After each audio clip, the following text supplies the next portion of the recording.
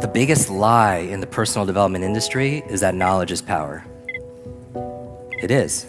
It's just you feel like you got points because you signed up for a seminar or a webinar, you bought a book and it sits on your shelf and it becomes shelf help instead of self-help. The truth is, what people don't tell you is all the podcasts, coaching, conferences, online programs, none of it works unless you work. If it's not a must, you're not gonna do it because you have plenty of other things to do. Is that fair?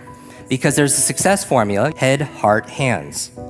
You could think about things in your mind, set goals in your head and affirmations, KPIs, your objectives, but if you're not acting with your hands and you're procrastinating. If there's a gap between your head and your hands, check in with the second H, which is your heart, right? The emotion. We do things emotionally. We are emotional creatures. We're not logical, we're biological. Dopamine, oxytocin, serotonin, endorphins, we're this chemical soup, and so we want to be able to activate that. So head, heart, hands, another way of putting it are our eyes. Information, that's good, great, but sometimes you can listen to a podcast, it's a lot of information, but there's no inspiration to use it, fair? But sometimes you can listen to a speaker or learn something and it's inspiring, but you don't know what to do, right? Is that fair? So you have information, you have inspiration, and then you have implementation, where you're doing it. And I feel like when you get all three I's together, you have the most powerful I, which is integration. That's my goal for all of you, is that when you read something, you listen to something, you learn something, it becomes part of who you are. It's integrated. Here, here, and here. And then you have an alignment, and how it performs is it looks like magic to people. You know when somebody is aligned and they're in their element, it looks like it's effortless? You know, these flow states, it's powerful. People think that just because our program's called Quick Brain and Quick Learning and Quick Reading, it's frantic fast. It's not at all.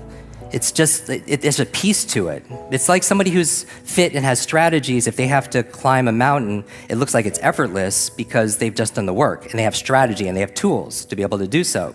And somebody who maybe doesn't have those resources, it's more effort. Is that fair? So actually learning how to do these things, it's easier. Like when I read a book, I still read a book a day. It's just part of my practice. It's part of my mental hygiene. People ask me all the time, how do I keep my brain young and how do I keep it energetic? And as I grow older, reading. But the problem is a lot of people don't indulge in it because they're not good at it. But in psychology, they have something called the confidence-competence loop. That the more competent you get at something, the more confident you get at it.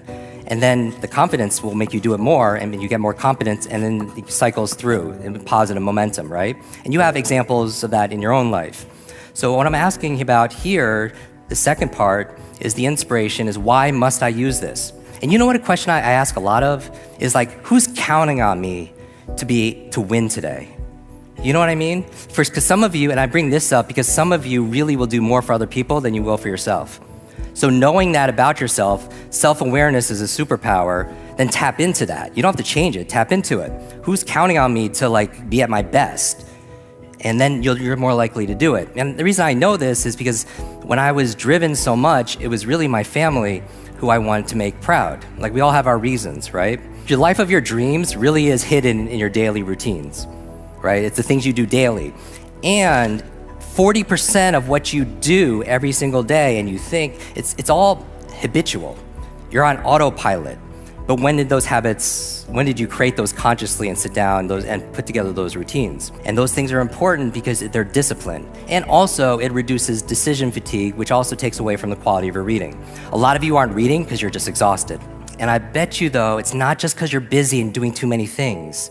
It's because you're not doing enough of the things that make you feel alive. Is that fair? That you feel burnt out, you feel tired and exhausted, not because you're so busy, it's just you're not doing enough of the things that nourish you, that fire you, that give you light. If you buy into the opinions of other people, you're gonna go broke, right? If you're looking to be fueled by other people's expectations and opinions of yourself, then you're gonna run out of gas. How many of you have people outside of this room that really don't understand why you're in this room?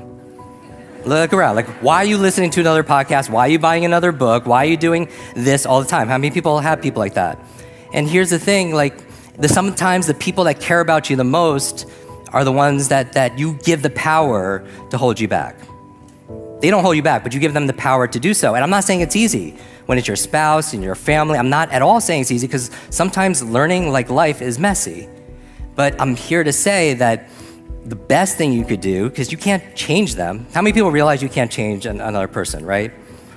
Think about how hard it is for you to change yourself, and much less change somebody else. And so that's very difficult. But the best thing you could do is be an example, right? That if you're going through difficult times, they can define you, they could diminish you, or they could develop you.